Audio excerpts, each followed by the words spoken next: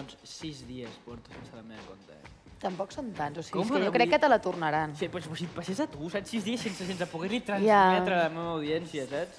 Però bueno, tens molta gent que t'ha fet d'esclava, en plan jo, el musicat, que han parlat per tu. Ja, però també he descobert qui és col·lega meu i qui no, saps? Perquè la gent que no potser ells no ho saben.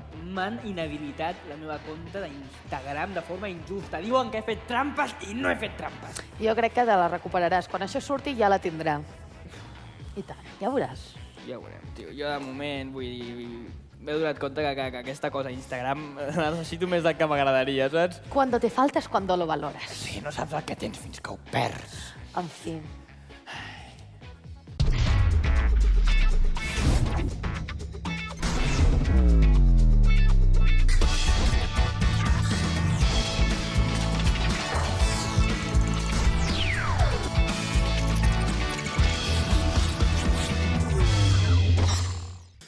Benvinguts a adolescents.cat. Atenció, perquè avui, ja us aviso ara, abans que entri, en Joan, el Sir Joan, està molt deprimit. Val? Ara ens explicarà per què, però jo m'he vestit de negre, ell veureu que també va de fosc perquè és un dia trist i ara descobrirem per què. A banda de coses tristes com aquestes, avui de què més parlarem? Mira, la Juliana ens parlarà dels gossos, que tenen fred a l'hivern. Demanaré que ens ampliï una mica més perquè això ja veig que no va enlloc. Hi ha un rumor sobre els iPhones que la policia espanyola ha desmentit i sabrem per què. També passarà pel programa en David Busquets, cantant que si no el coneixeu, avui el coneixereu, i enganxa molt la seva nova cançó, i moltes més coses, però per explicar-les que entrin la Juliana i en Joan. Sisplau, nois. Hola! Bueno, no sé si aplaudim. Hola. Molt. Quines ganes, No tu, de que vinguem, eh? no aplaudeixis gaire. Què, com estàs? Com ho portes? Malament. Molt pitjor del que realment m'agradaria. Malament. Molt bé, ja explicarem amb calma què és el que li ha passat a en Joan. Així, resumint, és que Instagram t'ha tancat. Sí, Instagram ha dit que Sir Joan ja no. D'un dia per l'altre. Així, plasca, plasca! Què li has dit? Perquè mentre estàveu aquí fora, jo no ho he sentit, però què? Suposo que l'has... Ella està contenta, realment, eh? Que no, que jo faig el paper de bona amiga de tio, no et ratllis, la teva compte tornarà, que de veritat és el que jo penso, que si no ha fet realment res dolent, la recuperarà. Clar, perquè tothom té el dubte, no? Perquè, clar, m'han tancat això per tenir seguidors falsos o visites falses, cosa que jo no he fet, i tothom em diu, si no has fet res malament, te la tornaran, rotllo. Pillín! Que no he fet res malament. Ho sé, ho analitzarem de seguida, però abans, algú d'aquí té iPhone? No, som tots No està pressupost. som super hipsters i tal. Jo, sense compte no el tindré mai, l'iPhone, perquè no m'ho podré permetre mai, no faré mai influencer. Hem de vigilar què diem, no? Perquè a la mínima ja avui el Sir Joan... Està Però sensible. us explico un rumor que s'ha estès sobre l'iPhone i que no us heu de creure, sisplau, perquè sé que vosaltres us ho creieu tot, a vegades, des de casa o això. La policia espanyola ha explicat i ha avisat a través d'un tuit que el SOS, diu, llegeixo en castellà, veureu que té un castellà com de Vic, hombre, però bueno, que també s'entén. Si es la Policía Nacional, se debe hacer en español. El SOS de tu iPhone nunca enviará una posición geolocalizada a la comisaría más cercana. Stop bulos. Això per què? Perquè corre un bulo que si fas una combinació de botonets, del GPS i tal, la policia rep un missatge, val? Ai, per la cara de la Juliana? La Juliana és que... O m'estic explicant M'està molt costant malament? d'entendre, però a mi em costa tot. No, jo estic entenent. I aleshores aquesta gent diuen, me han robado el mòbil, no? Exacte. Llavors, amb la combinació aquesta, la policia sap on està el mòbil i poden localitzar el lladre i anar a buscar el mòbil. Vale. Esto no es verdad, no? Sí, ja ho Ho has entenc. entès? Doncs això és un bulo i no n'heu de fer cas. El bulo que us trobareu és el següent. Val?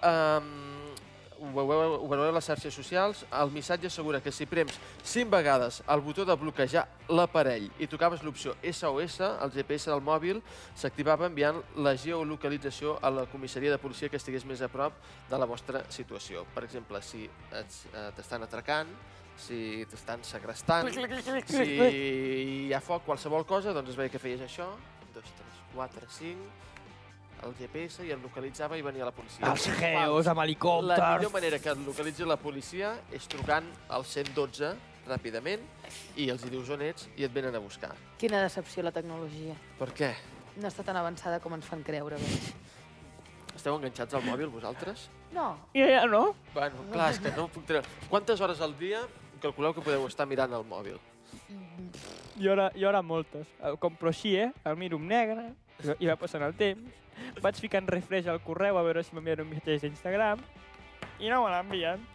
Moltes hores són les que ens passem cada dia mirant el mòbil i precisament, com que sabem que hi ha molta gent que s'està tornant addicta sense saber-ho als seus smartphones, hem sortit al carrer a preguntar a la gent quantes estones passen el dia mirant el mòbil, si ho saben, i quants cops creieu que podeu arribar a mirar el mòbil en una hora.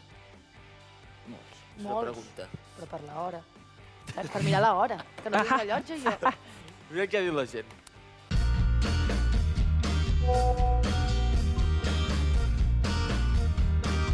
Unes 4 o 5. Entre 4 i 6. Jo diria que 2, més o menys. Potser, sí, 2. I els dies de cada dia, normalment, a les tardes, faig deures i això i no tinc gaire temps. Però a la nit i això, i els caps de setmana, bastantes hores.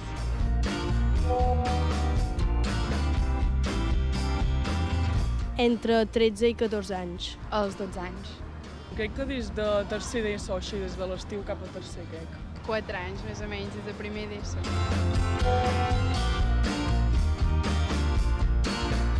Per parlar amb amics que no veig diàriament o simplement amb amics que hi vull parlar perquè sí, per mirar les meves xarxes socials i coses d'aquestes.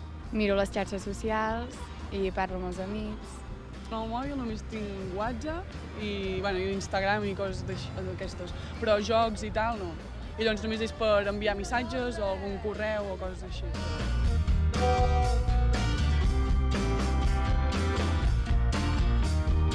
Una setmana. Sí, perquè ens vam anar de colònies. 10 dies o 3 setmanes. I com és que vas estar tant temps sense mirar-lo? Perquè jo estic amb els escoltes i anem de campament sense el mòbil. I per tant hem d'estar els 10 dies o 3 setmanes que hi som sense el mòbil. Una setmana, perquè se'm va petar. O sigui, prefereixo anar de campament sense el mòbil que amb el mòbil.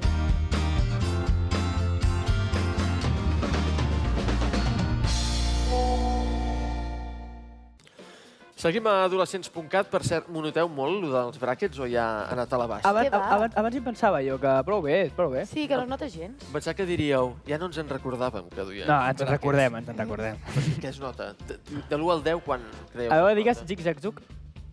Anem a parlar de gossos que passen fred, que crec que és un tema més interessant que aquest que proposava en Joan. Juliana, abans li he preguntat de què ens parles? Diu, de gossos que passen fred.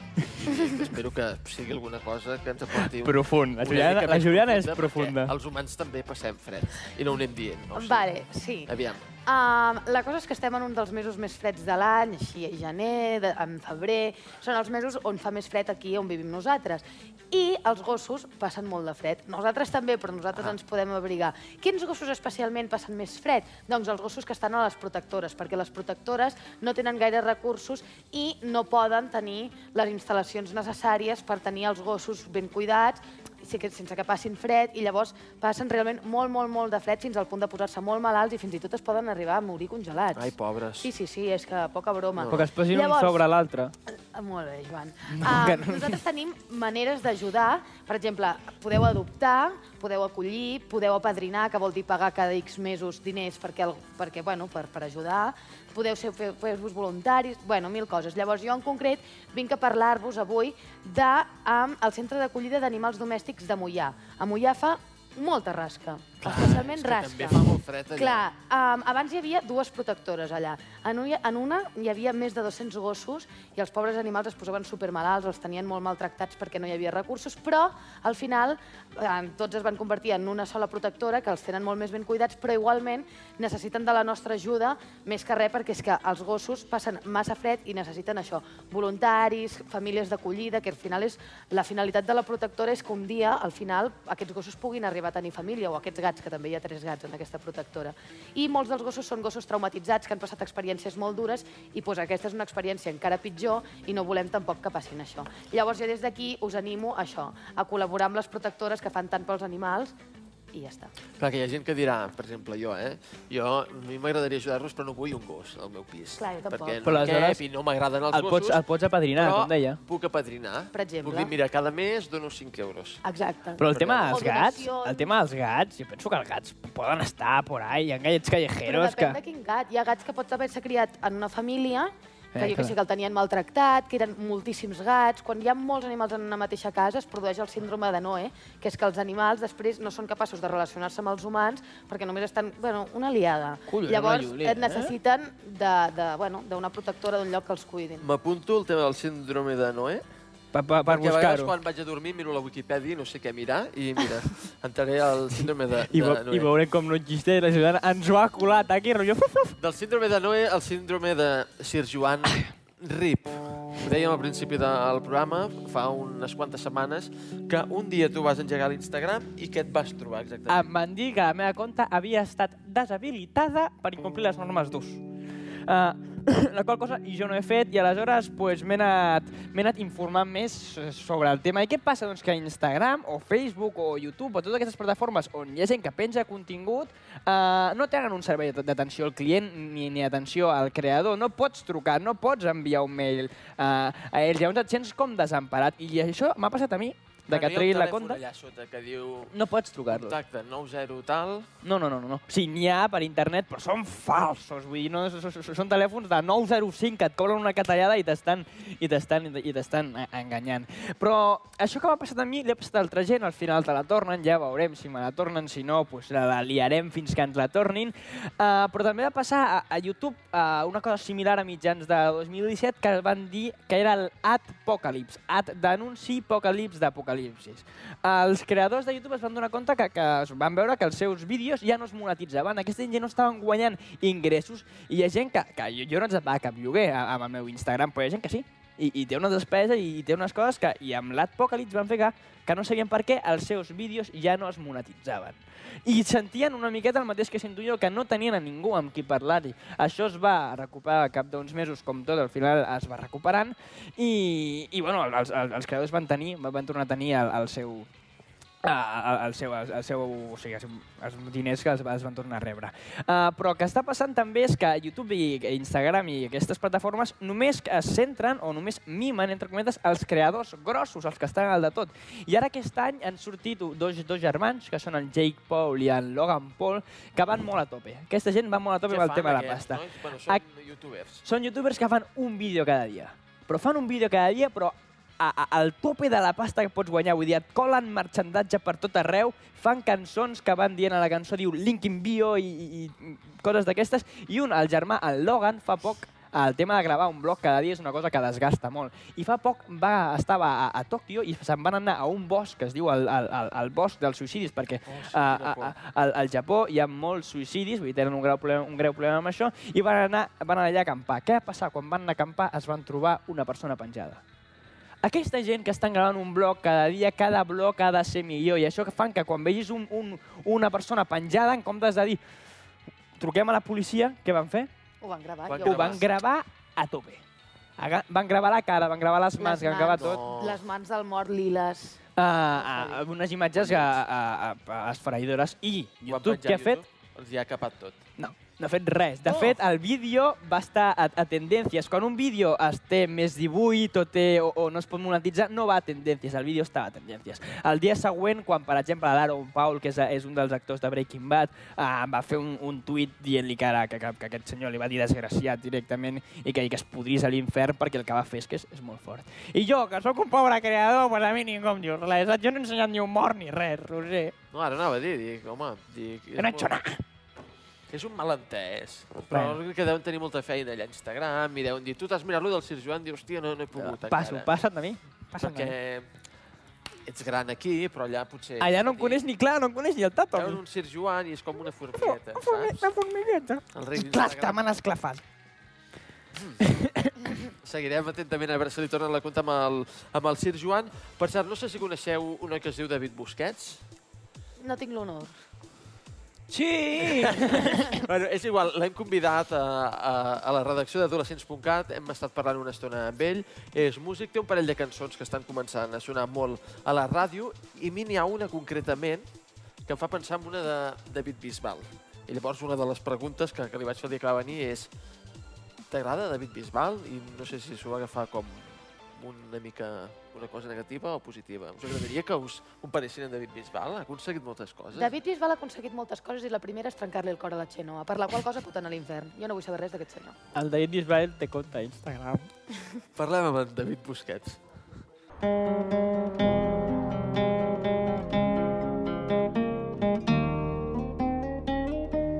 Sí, vaig començar a composar quan tenia 15 anys i tot el que escrivia era perquè situacions de la vida que em sortien, tema de l'amor.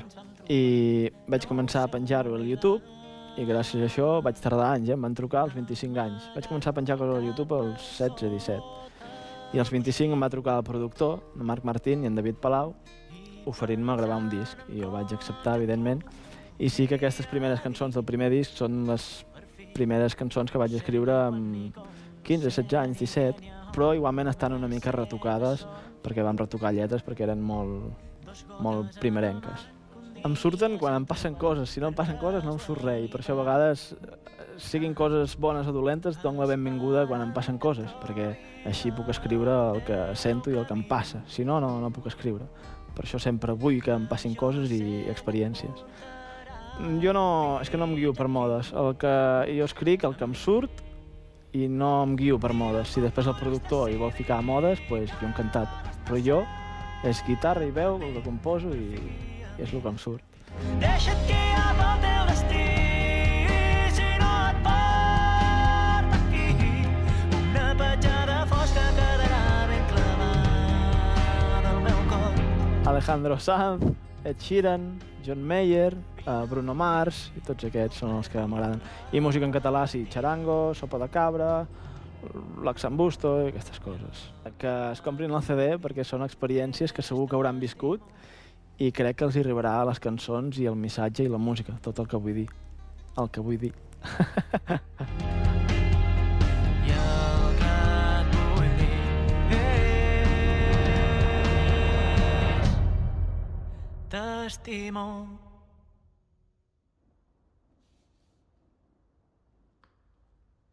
Aquest David és maco. És maco. T'agradarà o no la seva música, que encara no l'hem sentit, però... Fer simpaticot. És maco, és maco. David Busquets, abans d'acabar el programa, sentirem com toca amb la seva guitarra, ens va cantar la cançó que està triomfant, la seva primera cançó.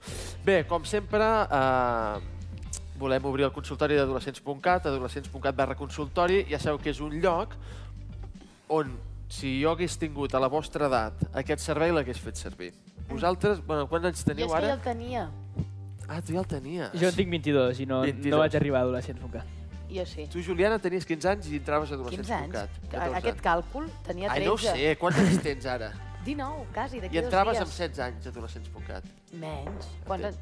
A veure, no fa pas 20 anys que existeix. Però amb 16 anys no entrava. Jo crec que sí que entraves. Amb 16 ja eres molt gran. Jo amb 16 ja tenia altres coses a fer. Molt bé. Què té la Judit Serrano, sisplau? Un aplaudiment. Veig que heu tingut problemes de càlcul, una mica ara. Sí.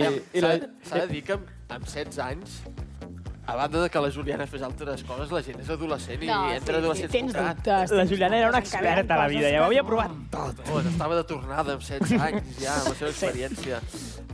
Serrano, avui la consulta que ens fan, bé, és aquesta. És curiosa, és curiosa. Sí, és curiosa.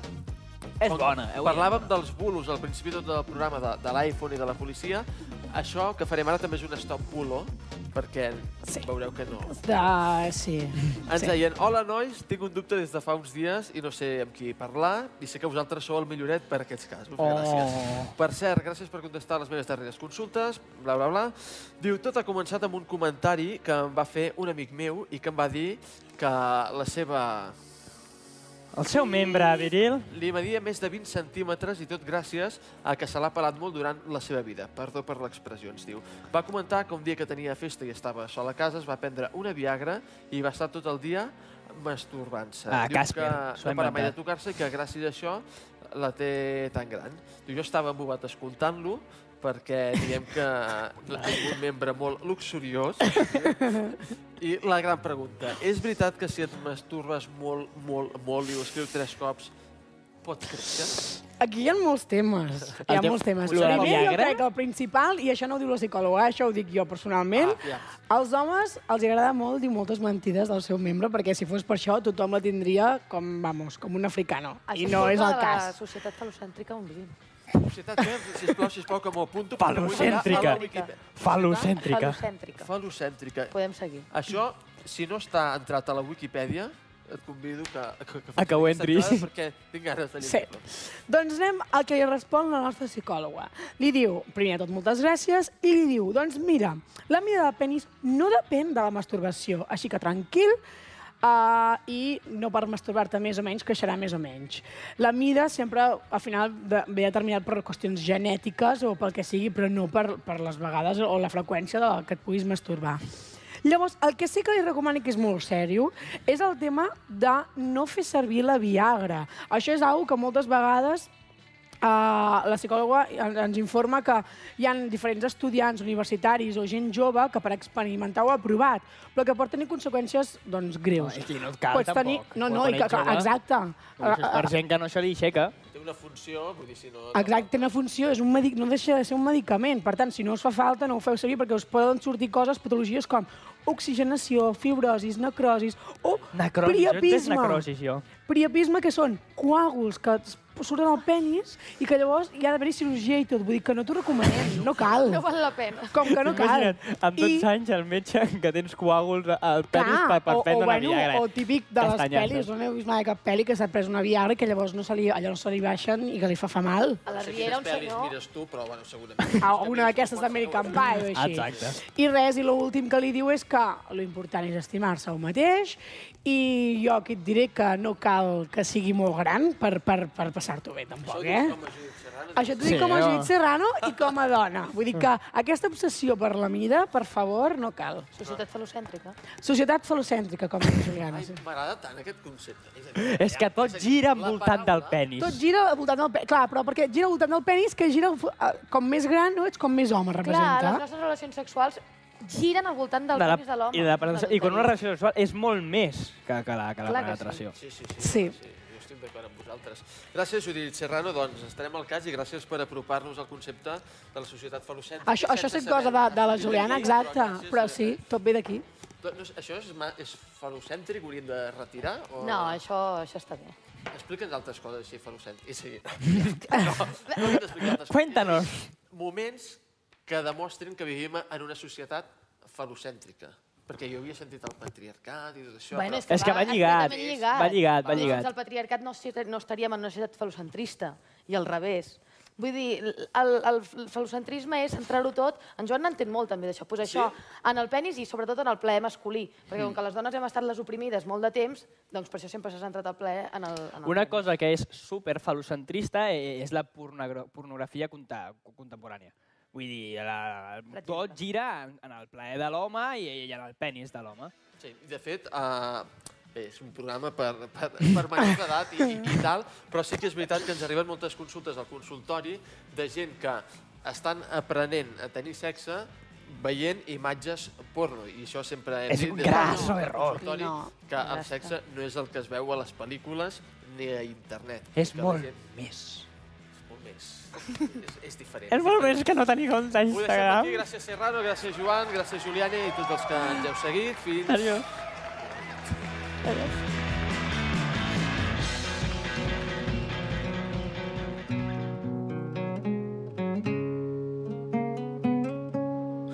En els mals moments és millor dormir i no sentir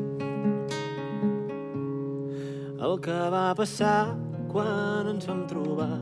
No ho sé oblidar. Amagar el cap a sota el coixí i pensant en com jo t'ho podria dir. Per fi, no sé ni quan ni com, no sé ni què ni on, només sé que som dos gotes en el mar que un dia s'han trobat per casualitat. Esperant que trobis el teu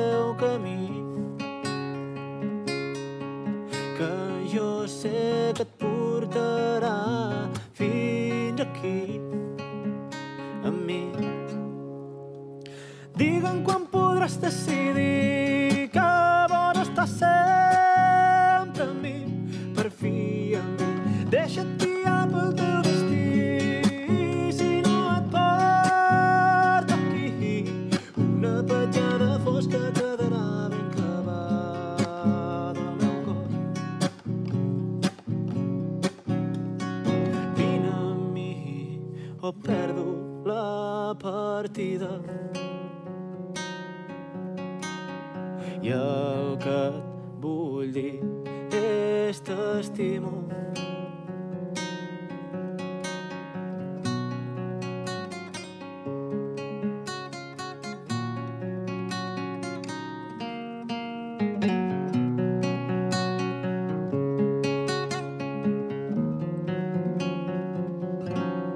Sempre t'he buscat fins que me n'he adonat que et tinc al costat. I quan t'he trobat no he aprofitat l'oportunitat. Adonar-me'n que el teu cor està ocupat. No em fa dubtar, penso lluitar sense parar.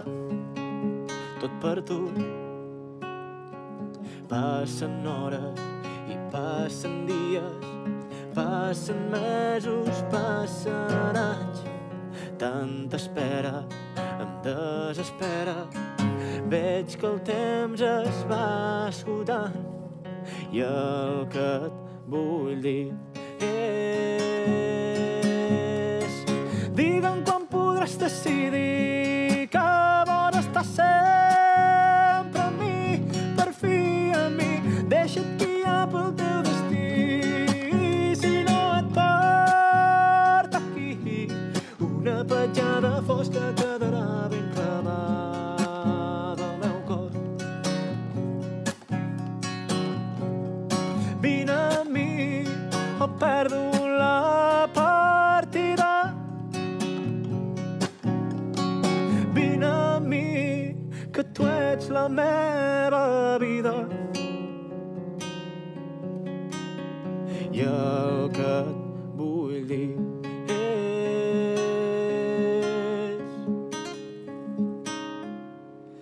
t'estimo.